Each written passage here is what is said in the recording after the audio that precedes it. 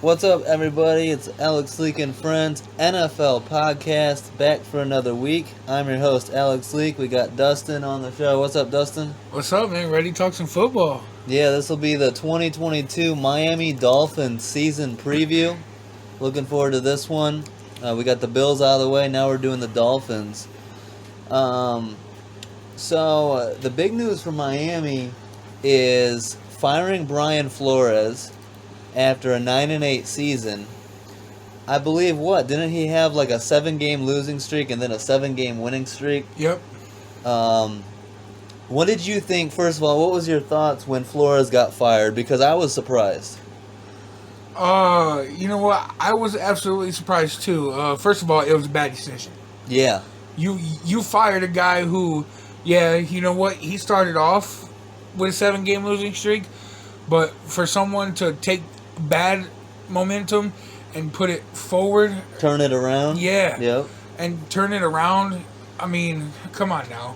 You were one game away from the playoffs. If Yeah. one game would have fell in your lap, you're a wild card team. you Yeah, know? and I think that, so pretty much, I think the decision boiled down to Brian Flores and the Dolphins GM butting heads over, and the ownership.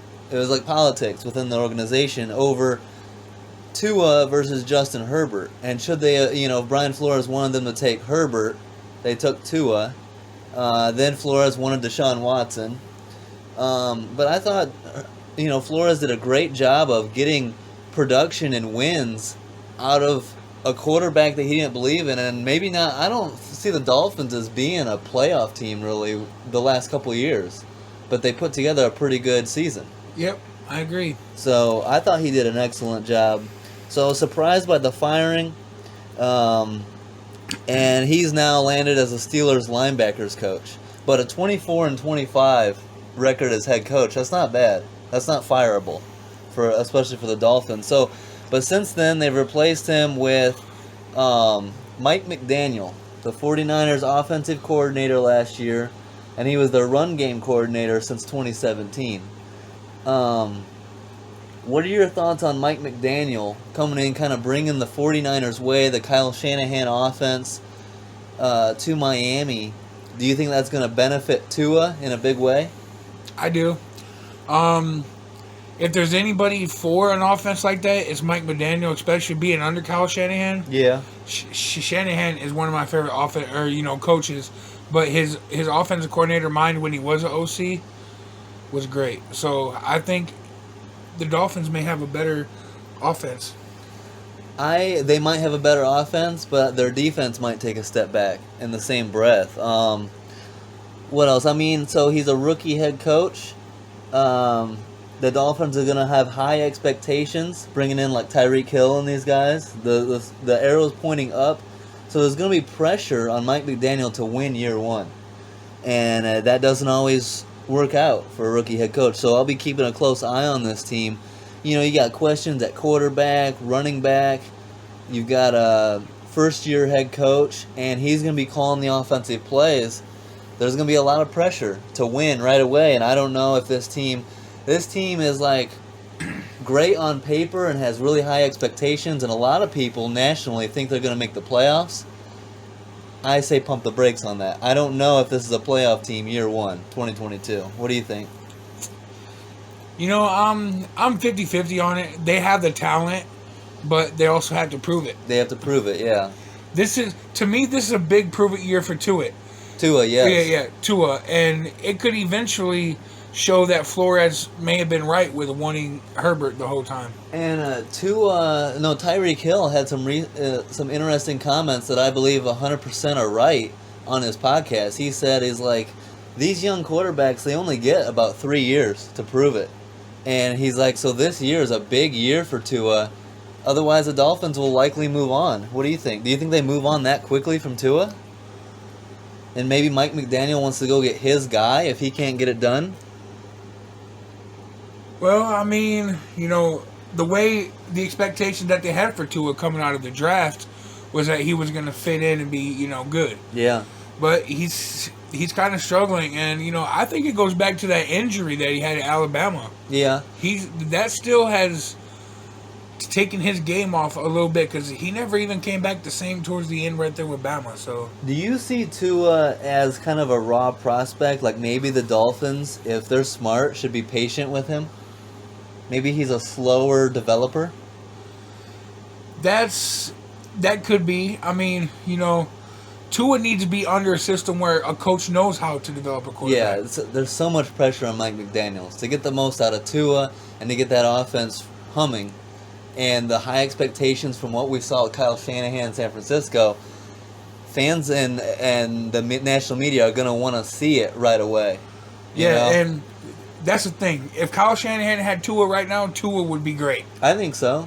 It just depends on the coach and the guy, and if you're a quarterback developer or not. Yep. So I'm really interested to see how Mike McDaniel does year one. So they bring in Teddy Bridgewater on a 1-year deal to be the backup. That's an excellent addition. Bridgewater might not be a great starter, but he's a solid, excellent backup, I think. Do you? Yeah, I agree. And not only that, but that's actually a good signing in the fact that it could make Tua think like, I really need to play well because put some pressure on him. There's a guy behind me who's been a starter and can come in and win games at times. If I'm struggling, they might go to him, yeah. And then they totally kind of redid the running back room, bringing in Chase Edmonds on a 2-year deal, Raheem Mostert, and Sony Michel. Looking at this running back lineup, you also got Myles Gaskin. Who do you think starts? How do you think it goes? I mean, do you think Chase Edmonds wins the job? I like Sony Michel. I do too. I think Sony Michel is the best out of those names. I mean, he played very well in New England. Raheem Mostert, it's like, can he be healthy? Availability is his question. When he's healthy, though, he's a baller. And he's a Niner guy coming over with McDaniel. It's going to be very interesting. I agree. My favorite running back out of these three is Sony Michel. But they got Chase Edmonds as the favorite. We'll see. He didn't exactly tear it up in Arizona. I mean, 900 combined yards and 2 touchdowns. Yeah, that's... And then you got Mostert coming off a knee cartilage injury. But Sony Michel offers way more than just running the ball. He's got great hands out of the backfield. And low-key, Sony Michel had more combined yards and touchdowns in 2021 with the Rams than Chase Edmonds did in Arizona. So I agree with you. I like Sony Michel. If they're smart, if everything goes to plan, I would start Sony Michel. What do you think about Alec Ingold, the former Raiders fullback, comes over to Miami? He's going to fill that Kyle Juszczyk role, in the Niners offense. That's a sneaky 2-year deal, real good acquisition for Miami.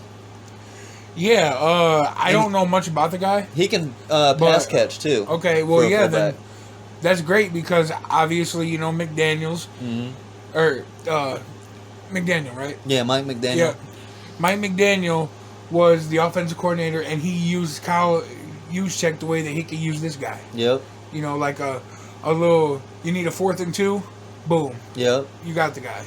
Yeah, and he can block well too. I mean, it's nice to see these NFL teams still utilizing the fullback position, and there's still some talented ones out there. So the big story of the offseason, in Miami at least, was the Tyreek Hill trade. They trade with the Chiefs, bring in star receiver Tyreek Hill, one of the fastest guys in the league, 4-year, $120 million extension. They had to give up 1st, 2nd, 4th, and 6th round picks. Tyreek Hill, 111 catches for 9 touchdowns last year. He's their wide receiver 1, their star. Do you think, because I have my doubts on this, does Tyreek Hill just come to Miami and is he just as explosive and productive as he was in Kansas City? Or does he take a little bit of a step back because he's not playing with the great Patrick Mahomes?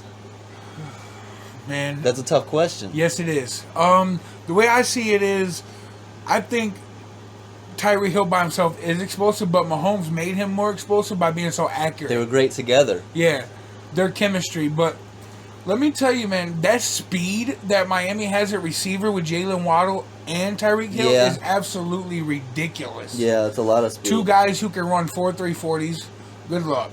And Trent Sherfield isn't bad. He's a speedster. I like the receivers. They also got Cedric Wilson from the Cowboys. Oh, yeah, I forgot about that signing. That's a good one, too. 3-year deal there.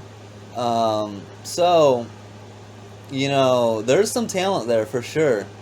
They got tackle Teron Armstead to solidify the left tackle position. 5-year, $75 million deal. I like that. That's an excellent addition. Connor Williams will be a starting guard. So you look at their O-line, you got Armstead, Eichenberg, Connor Williams, Robert Hunt, and Austin Jackson. That's not bad. So they got to protect Tua. Eichenberg, I know from Notre Dame. Yeah, left guard. So Tyreek's obviously going to be number 1. Jalen Waddle moved to 2 is good.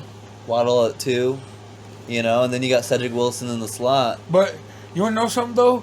I think Mike McDaniel uses Tyreek Hill different than what Kansas City did? Andy Reid did. Yeah. So there's talk about him wanting to use Tyreek Hill as in the Deebo Samuel-like role. Now, he obviously can't be a running back like Deebo was, but you can do a lot of end-arounds, wide receiver screens, gadget plays, stuff like that. Even have Tyreek Hill throw the ball if he wants, some stuff like that. I mean, because, my explosive guy would be Jalen Waddle. Yeah. Just because, man, people are underestimating the speed of that guy. No, he's very high potential. I mean, he can be a star. So it's going to be interesting. Miami is one of those teams that I can't wait to watch this year and see how they do, because there's a lot of question marks there. Mm-hmm. I think their fans are super excited and super pumped about this year, but you always kind of want to take the patient approach. See what you do year 2, year 3 under a new head coach. See how Tua learns the system, the offense, stuff like that. Well, at the end of the day, it's still Miami we're talking about. I mean, they've had good teams in the past and just seem to fall short. And then you got Buffalo in that division, who we agree, Bills are taking the division. Yeah. So can Miami, the question is, can the Dolphins get back to the playoffs? Can they get that wild card? So it's going to be interesting for sure. Now this is one of your favorite guys last year, Melvin Ingram. When he went to the Chiefs, he provided a major impact to that defense. 2 sacks in 3 playoff games. Melvin Ingram signs with the Dolphins on a 1-year deal. Yeah, so let me tell you about that guy. The Chiefs' defense was not great. Yeah. Before he got there. And, I mean, it wasn't great production, but it was leadership. Yes. He brought leadership and, told guys to be in the right spot and just helped them get better. And leadership by example. Yeah. He was balling out there at the same time. That's a big pickup. Yeah, it is. And then punter Thomas Morstead from the Saints. So we'll see. I mean, that's a good addition. Now, looking at their draft, so I see some great value here. In the 3rd round, they take linebacker Channing Tindall out of Georgia. We were just watching some highlights. He can get all over the field, and he lays the wood when he gets there. Like, he's sideline to sideline. He can blitz. He can chase down running backs, quarterbacks. To me, for a 3rd round pick, that's great value. Georgia's defense was so deep. Yeah, absolutely. Man, that defense was nuts. So we'll see. I mean, Channing Tindall will likely start on the bench and work his way in with linebackers like Van Ginkel, Landon Roberts, Jerome Baker, Jalen Phillips. Remember him? Drafted last year. So I'm looking forward to seeing him. What do you think of 4th round pick out of Texas Tech wide receiver Eric Ezukanma? I mean, his film looked incredible. Yeah, this guy's explosive. Yeah. Not only that, but he can break tackles and catch the ball. And he's fast. He can, run away from people, too. He's a deep threat. That speed, dude, I just can't get over the speed they have. I'll say this, bro. So they're talking about Deebo Samuel, Tyreek Hill playing the Deebo Samuel role. Man, we might need to keep an eye on Eric Ezukanma for the Deebo role. He looked like Deebo in some of those plays. Yeah. So that's something to keep an eye on. Great value pick. 4th round, and you get a receiver with that explosiveness. Yeah, and I mean, for those who want to check out his, highlights, go ahead. The guy's very good. YouTube it. Just look at his 2021 highlights at Texas Tech. It was pretty incredible. So, I mean, he's in a loaded receiver group, but he could easily be wide receiver 4. You know? You got Lynn Bowden and Trent Sherfield. So he can sneak in there. If he plays well, though, he could easily be wide receiver 3 potentially. Yeah. Maybe not this year or right away, but eventually, absolutely. So that's going to be something to keep an eye on. Now, looking at their losses, Jacoby Brissett leaves for Cleveland. Malcolm Brown is gone. Duke Johnson goes to the Bills. Philip Lindsay to the Colts. Devontae Parker traded to the Patriots. See, I was excited when they got Tyreek because I was thinking Tyreek Hill, Devontae Parker, Jalen Waddle. You know? Yeah, that's incredible. Devontae, run me through this. If you're the Dolphins, why are you sending Devontae Parker to the Patriots? That was what caught me off guard. It was like, you're trading in division. Why would you do something You can get Mac Jones, Devontae Parker. That might come back to bite him a little bit. So, I mean, you're still high on Devontae Parker, right? Oh, yeah. Yeah, he can still ball. That's immediate wide receiver 1 over in New England, I think.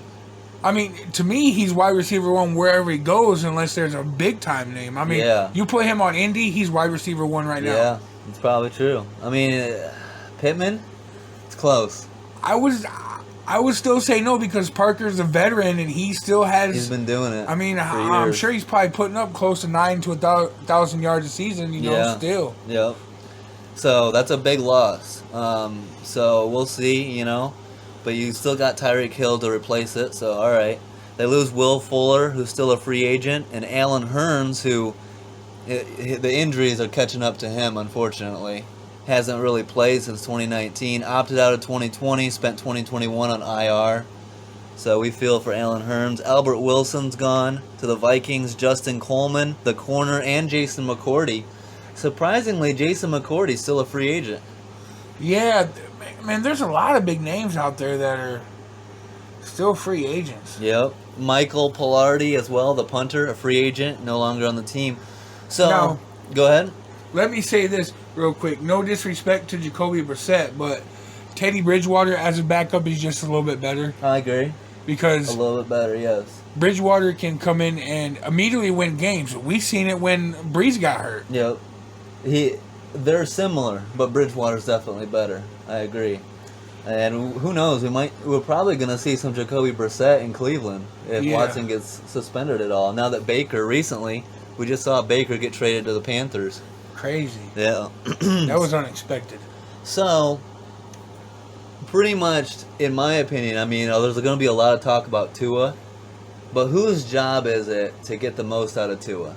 Who was brought in here to fix Tua? Well, it obviously has to be Mike McDaniel. Mike McDaniel. From San Francisco, from the Shanahan coaching tree. You're going to call plays right away. So, in my opinion, the pressure's on the head coach. The rookie, he's young. He's got to turn this team around. He's got to get the offense going because their defense has carried them the last 2 years. Now, the defense might still be damn good, but the offense has to step up. Well, yeah, see, no knock to Flores, but Flores was more of a defensive guy. Yes. So I don't think he was a great quarterback developer. Yeah. But that's just because Flores needed a guy ready now. Mm-hmm. You know what I'm saying? And I don't think Flores really ever liked Tua. You know what I mean? It wasn't his guy. Herbert was ready now, and we've seen that. Herbert's great. Yeah, there was questions about Tua coming out with the hip injury and all that. Yeah. So let's look at their schedule. Let me pull this up real quick. For the Dolphins, I mean, week 1 at home against the Patriots. Ooh. Week 2 at the Ravens. Ooh. Week 3 at home to the Bills. Week 4 at the Bengals. Their room for error to start the season is non-existent. I mean, 1-3 and you'll be happy. 2-2 you'll be ecstatic. So I think we'll get a really good idea for who the Dolphins are after this 4. It doesn't get any easier because I think the Jets are going to play them tough. Yeah, at the Jets. I mean, the Jets are going to want. You have the Minnesota. Dude, then you got the Steelers. Then you got 2 easy ones here on the road in the NFC North. But The schedule is tough. Cleveland, depending on if Watson's back at the time. Where's Cleveland at? Down Week here? 10, yeah. He should be back by then. Even Man, if it's an 8-week. Yeah. That's going to be a tough one. So, and they're in a tough division. I mean, everyone's putting the Dolphins second in that division. I'm here to pump the brakes a little bit. New England, despite what, New England's going to be good. And you're talking about Mac Jones going into year 2, more comfortability in that offense. I think New England's going to be right there with Miami, dueling for the wild card. See, that's where I had to disagree with you. You got to remember, though, Devontae Parker is a big get for them. Oh, yeah. Because they were kind of lacking at receiver. Definitely, but I just don't think that New England has the type of talent to be able to compete with Miami at the time. Well, so I think, I've always said this, coaching matters in the NFL.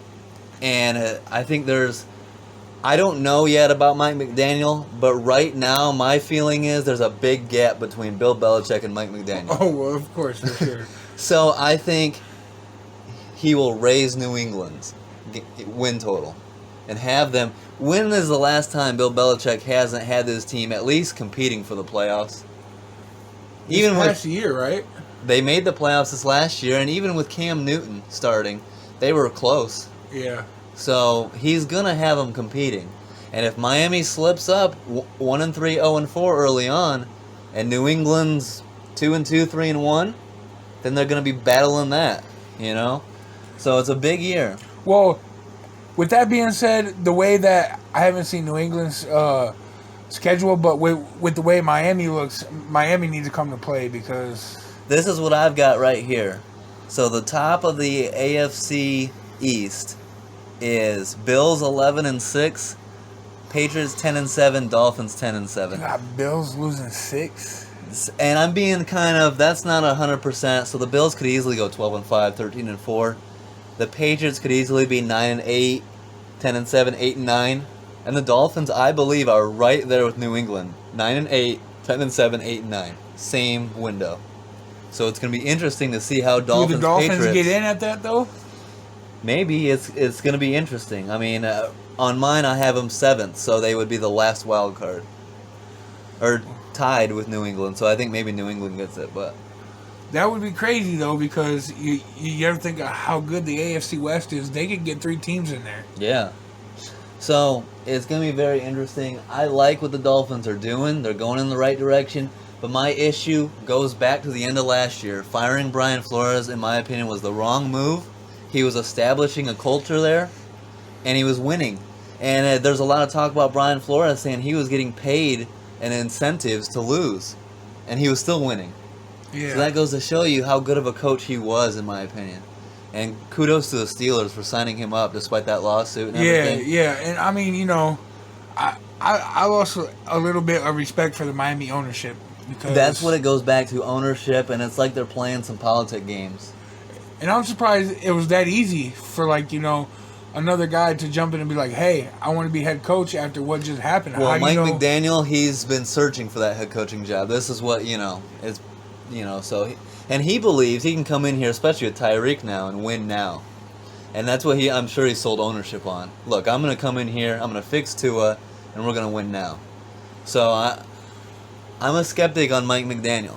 I want him to prove it to me. So, for that reason, let's make our predictions here. I got the Dolphins going. I'm going to go ahead and say it 9-8. All right, if you want to pull down this whole schedule here. Yeah. Man. It's not easy. At the Chargers, at the Bills, at the Patriots in the second half of the season, towards the end. Yeah, that second half is almost scarier than the first. Home against Green Bay, week 16. That team could be a sleeper, too. At the Niners. Man, I think they start off the season 2-2. That's being generous, bro. I mean, they could. I could see 1-3 easily. You know what I mean? Yeah, so I'm gonna go 10-7. All right. So we don't disagree much. And we'll see. It's a big year for Tua, man. Do you think, prediction on Tua, is he going to have a big year? Is he going to silence the doubters? with Mike McDaniel, with Tyreek Hill. 10-7 to me is not silencing the doubters, though. When Tua came in, they were expecting him to lead Miami, to be the guy. And that defense is nasty, especially Xavier Howard, those linebackers, all those guys. That you don't need a ton of offense to be pretty good. My final prediction is I think Tua takes a step in the right direction. I don't think it's major steps. It's not 2 steps, yeah. No, but you'll see growth out of him. Yeah. 10-7 is moving in the right direction. What about 9-8? What would you say then? And miss the playoffs? Well, 9-8 was Tua was injured last season, so you never know. The 9-8 could have just been, a fluke. Mm-hmm. It could have been more. But I'm saying, what about this year? Let's say Tua, Tyreek, Mike McDaniel, this team goes 9-8 and misses the playoffs. What does that say about this team? Oh, man. It's all on Mike McDaniel. Yeah, there's going to be pressure on him again next year, and more questions about Tua. You have too much talent to not make the playoffs. Exactly. That's a good point. So that's pretty much where we'll leave it, is like at the end of the day, there's too much talent on this team to not make the playoffs. So let's show it. Go show it to us. Start out the year at least 2-2, in that first 4, and close it out strong against a very tough schedule. I mean, let's run through it real quick. At Niners, at Chargers, at Bills, home against Green Bay, at New England. Come on now, that is tough. You keep sleeping on that little team too, man. Well, after the Jets, draft they had. I think the Jets, so I'll show you a little bit. I can't wait till we... There's my Jets record right there. They're good. That's improving. That's improving, but do I think they're going to beat Miami in Miami? No. Maybe in New York. Maybe they'll split. But they're not, I can't wait till we do the Jets preview, man. It's going to be... I got a lot to say. Yeah. So, I hope you guys enjoyed it. I mean, we're excited. You guys are excited to see how the Dolphins do this year. Rookie head coach, offensive play caller, Tua and Tyreek. See how that works. A lot of excitement in Miami. You got them making the playoffs, right? 10-7? 7 seed, somewhere around there. Well, 10-7 still might not be good enough. I mean, because, man...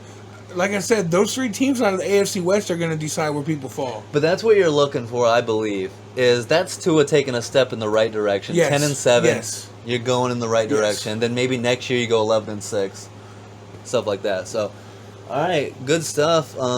Can't wait for the season. Stay tuned. We're going to keep these episodes coming out. We got Patriots next. Don't forget to like, subscribe, leave a comment. We got a big ass interview coming up July 20. Dolphins fans. Speaking of you, Dolphins fans. This is a former Miami Dolphin, one of your favorite players. You're going to like this interview. Stay tuned. July 20th, it's coming out. Dustin, good shit as always, man. Yeah, thank you. And have a great week, guys. Peace out.